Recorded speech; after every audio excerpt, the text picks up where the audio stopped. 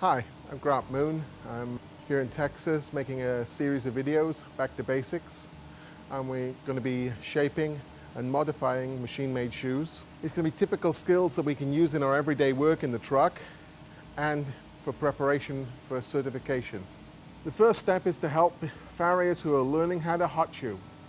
This is to be able to shape machine-made shoes. We're going to be taking a Delta Challenger front and we're going to make two typical modifications. One will be into a longer, narrower shape, and one will be into a rounder, wider shape.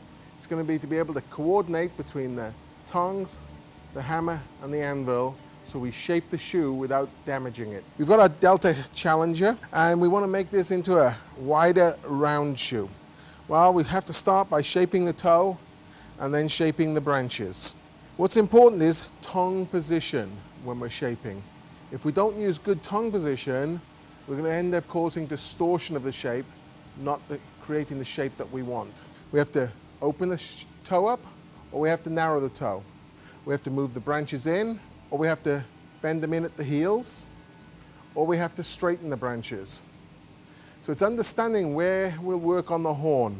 If I want to open a toe, I put it on the horn with my tongues in line with what I'm shaping, put it slightly off center where the one toenail is in contact with the horn and the other toenail is in contact with the horn, and then overlapping blows from toenail to toenail, moving the shoe as we're doing this.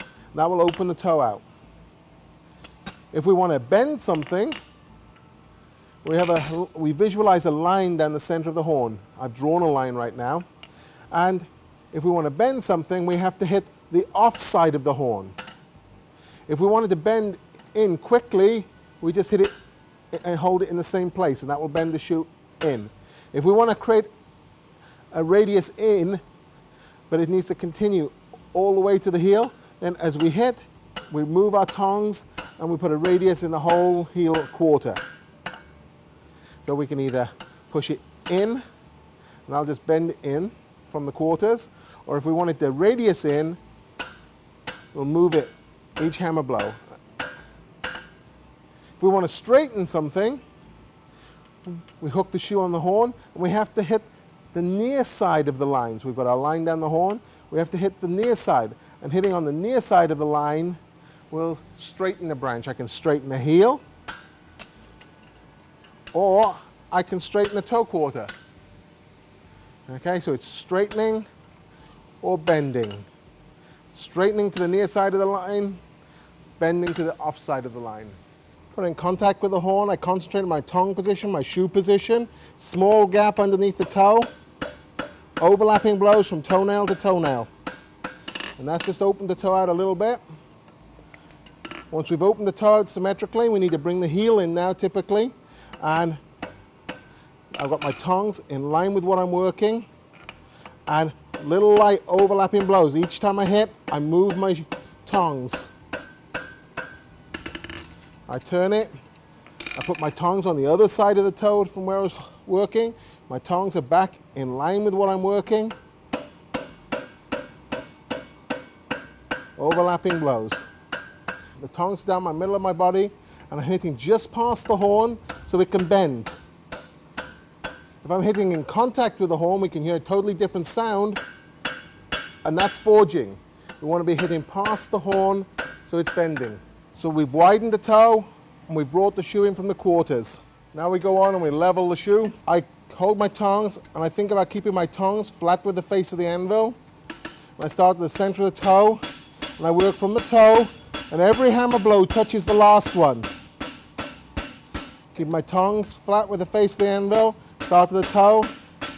Every hammer blow is touching the last one. I'm not rushing, I'm forging it flat. I look to see flatness. There we've got a shoe ready to go try on the foot. We've taken this Challenger from a normal machine-made shoe shape to a rounder shape. All that was accomplished in one heat. Now we're going to take this Delta Challenger shoe and we're going to change the shape into a long, narrow shape. So we've got to think now about narrowing up the toe and straightening the branches. I'm going to hold the shoe on the opposite branch to what I'm going to be straightening. So I'll put it in contact with the heel on the anvil, and I'm going to have a series of light blows starting at the heel, moving forward to straighten the branch out. That way I'll create a radius branch, but it'll be straighter. If I hit in one place, that will tend to give us flat spots. Once I've straightened the branch a little, then I'll put it at the first nail, just in front of the first nail hole. I've got my tongs in line with my branch, and I'm just going to push my branch in. Hold my tongs in line with what I'm shaping, starting just in front of the heel. Little light hits, moving along my branch, straightening the branch. Once I've straightened the branch, I put it just in front of the toenail, push it in. I turn it. Tong position is really important. Tong position's in line with the branch again.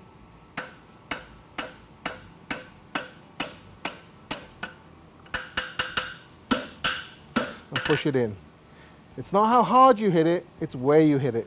Now I'm going to start leveling. I keep my tongs flat with the anvil. I start at the heel this time. I'm working towards the toe. Every hammer blow's touching the last one. I'm not hitting it very hard. I'm just trying to flatten the material, not forge it. Adjust my tongue position to the other branch. And I start from center. I work to the heel. Every hammer blow's hitting the last. I don't leave any part unleveled. I look down my shoe. I look to see if it's level, see if the heels are equal. I can turn it, put it on the anvil, and I'm looking down the heels, and I can see that the one heel's not quite in line with the other. So I'm looking at level in both planes, from the heels to the toe and from side to side. I'm leaving it touch the anvil, otherwise the shoe shakes a lot if I try to hold it in midair. So for me, I balance it on the anvil. So we've changed the shape from a normal keg shoe shape into a longer, narrower front pattern. I've selected a Delta 5 slim blade, and this is to show I haven't distorted the nail holes in the shaping process. I want the nails to drop into the nail holes.